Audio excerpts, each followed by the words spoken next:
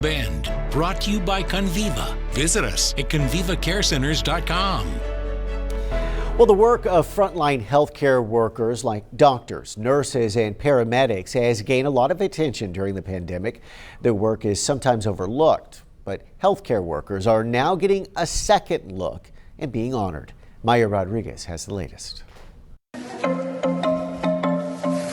For Margot Buddha, suiting up for work during the past year, it seems like a big blur to me. Involved this. And there was concern that there was not going to be enough PPE. PPE, personal protective equipment, became a major part of Margot's work life. Not at a hospital or a research lab, but here at Knollwood Life Plan Community. Well, if you're over the age of 75, the last year and a half have been a little scary. A senior living facility whose residents include military veterans and their spouses, all potentially vulnerable to COVID. So we knew right away that testing was going to be a good way of finding out who's infected.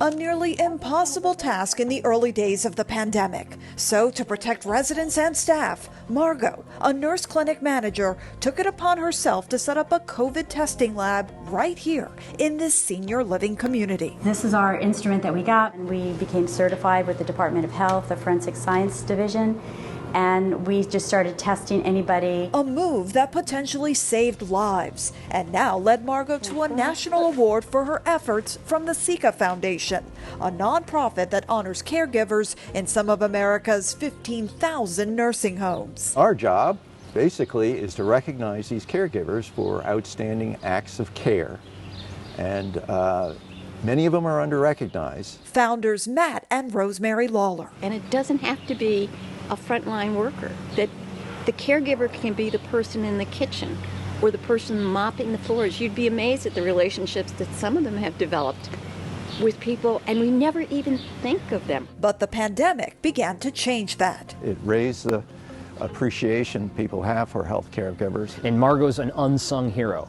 She's not going to brag about herself. She's very much like soldiers that I served with in Iraq and Afghanistan. Colonel Paul Bricker is Margot's boss and chief operating officer for Knollwood. She would suit up in PPE and go out and test 80, 90-year-old residents, and you could see the fear in their eyes, but when Margot shows up, it almost builds confidence in them. With nearly everyone here now vaccinated, the constant testing will likely wind down. For Margot, relief. The pressure's a little bit off, and people have more of a sense of normalcy. Thanks to the work of so many, including caregivers on the front lines. In Washington, I'm Maya Rodriguez. And healthcare workers are definitely our unsung heroes. If you have a story idea for our Rebound segment, we want to hear from you. Just send us an email at rebound@christv.com.